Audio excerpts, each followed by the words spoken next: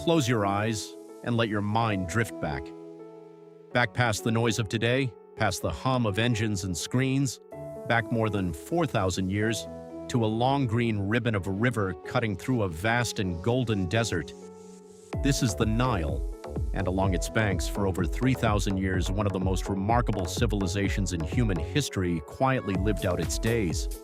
Not in constant war, not in constant crisis, but in the slow, steady rhythm of ordinary life. Farmers waking before dawn, bread baking in clay ovens, children laughing by the riverbank, families gathering as the sun set behind the western hills, where the Egyptians believed the land of the dead began. Tonight, we're not going to talk about pharaohs and wars and monuments, though we will pass by them. Tonight, we are going to walk slowly through an ordinary day in an ordinary Egyptian town thousands of years ago. We will watch the sun rise over the Nile. We will follow a family through their morning, their work, their meals, their evening rest. Let your body settle, let your breathing slow, and let the ancient world unfold, one quiet detail at a time. The river that gave everything to understand daily life in ancient Egypt. You first have to understand the Nile, because almost nothing in Egyptian life happened without it. Each year, in a pattern the Egyptians could predict but never fully explain, the river rose. Beginning in summer, the waters swelled, spilling gently over the riverbanks, spreading a thin, dark layer of rich black silt across the fields. The Egyptians called their land Kemet, the Black Land, named for this fertile soil the river left behind. Beyond the reach of the flood lay Dishra, the Red Land, the harsh desert that pressed in on both sides. This yearly flood was not a disaster to the Egyptians. It was a gift. It was so central to their existence that they built their entire calendar around it. There were 3 seasons: Akhet, the season of the flood; Pereh, the season of growing, when the waters receded and crops were planted in the newly enriched soil; and Shamu, the season of harvest, when the grain was cut, gathered, and stored before the heat of summer dried the land once more. Everything followed this rhythm. Taxes were collected after harvest. Building projects, even the Great Pyramids, were often undertaken during the flood season, when farmland was underwater and farmers, unable to work their fields, could be organized into labor crews instead, paid in bread, beer, and grain. Life along the Nile was, in this way, deeply predictable, not easy. The labor was hard, the heat was relentless, and disease and early death were constant companions, but predictable. The river came, the river gave. The people organized their entire existence around its steady, ancient pulse. Waking before the sun. Let's imagine a family, a farmer, his wife, their 3 children, and his aging mother living in a small mud brick house on the edge of a village not far from the river, somewhere in the reign of one of the great pharaohs of the New Kingdom, perhaps around 1,300 years before our era. Their day begins before the sun rises, while the air is still cool. In summer, the heat of midday can be unbearable, so life adjusts around it. Work begins early, pauses in the hottest hours, and resumes as the light softens toward evening. The farmer, whose name we might imagine as Senmut, rises first. He steps quietly outside into the dim blue light before dawn. The village is beginning to stir. The soft sound of doors, the low murmur of neighbors greeting each other, the distant lowing of cattle being led toward the fields. His wife, Meret, is already awake, kneeling by the small hearth inside their home, coaxing the embers back to life. The house itself is simple: mud brick walls, thick enough to keep the interior cool during the day and warm during cool desert nights.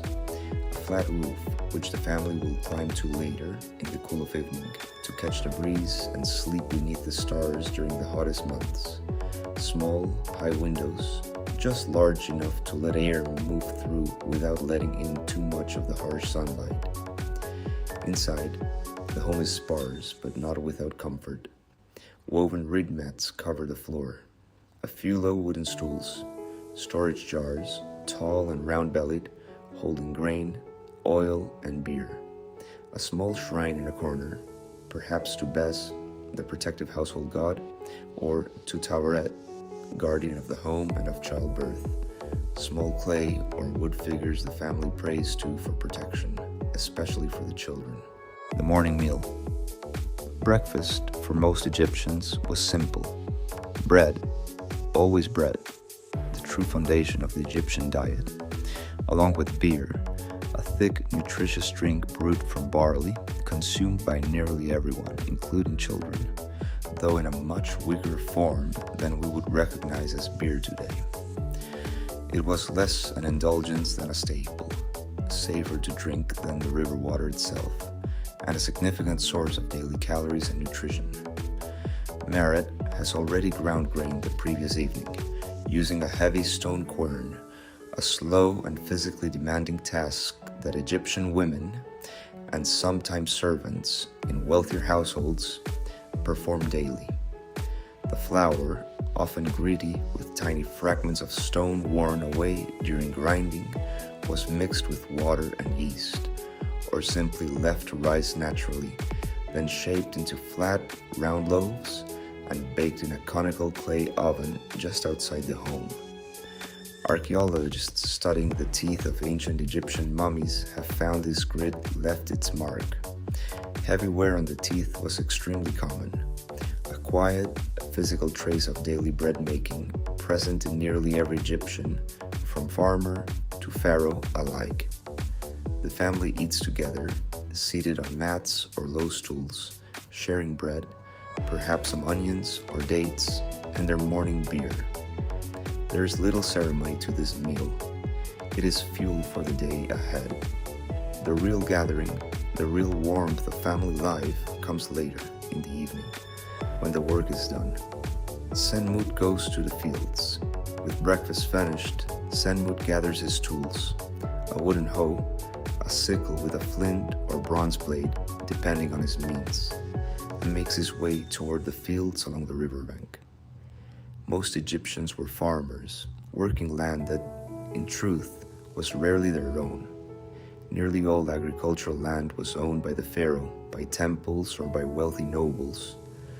Farmers like Senmut worked this land as tenants, giving a substantial portion of their harvest, often as much as half, as rent and tax paid in grain.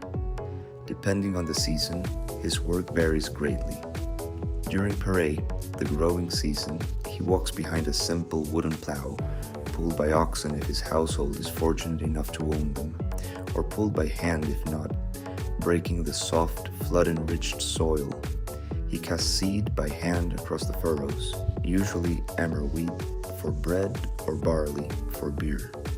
Sometimes, farmers would drive sheep or goats across the freshly seeded fields, letting their hooves press the seeds down into the soft earth. The work is hard, but not without its rhythms and small pleasures. Farmers sang while they worked, simple, repetitive work songs to pace their labor and pass the long hours. Some of these songs still survive today, recorded in tomb paintings and inscriptions, giving us a rare, quiet window into the ordinary voice of ancient Egyptian life. As the sun climbs higher and the heat becomes intense, Senmut and the other farmers retreat to whatever shade they can find. The edge of a canal, the shadow of a sycamore tree, resting through the hottest hours before returning to the fields as the light begins to soften in the late afternoon. Meret's day at home. While Senmut works the fields, Meret's day is filled with its own steady labor. Ancient Egyptian households depended enormously on the unpaid, constant work of women, grinding grain, baking bread, brewing beer, spinning flax into linen thread, weaving cloth, fetching water from the river or a nearby canal, tending to the household shrine, and caring for the children and elderly. Linen was the fabric of Egyptian life, worn by farmers and pharaohs alike, though the quality differed enormously, from coarse, thick cloth for laborers to gossamer thin, finely pleated linen for nobility. Meret spins flax fiber into thread using a simple hand spindle, a slow, meditative motion she has practiced since childhood, taught to her by her own mother. Her mother-in-law, now elderly, sits nearby in the shade of the home, minding the youngest child, a task considered honorable and important. Grandparents played a central, respected role in Egyptian family life, often responsible for passing down oral history, religious practice, and practical skills to the youngest generation. The two older children, a boy of around 10 and a girl of 8, have their own tasks. The boy may already be accompanying his father to the fields on lighter days, learning the rhythms of farm work he will one day inherit. The girl help her mother with household tasks, fetching water, minding younger siblings, learning the skills that will prepare her for running her own household one day. For families of higher status, scribes, craftsmen, priests, children, particularly boys, might instead be sent to learn to read and write, a rare and highly valued skill in a society where the vast majority of people were illiterate. Scribal schools, attached to temples or government offices, taught boys, almost exclusively boys, the complex hieroglyphic and hieratic writing systems along with mathematics, needed for careers in administration, the priesthood, or record keeping. The marketplace. By mid-morning, the village marketplace has come alive. There was no true currency in most of Egyptian history.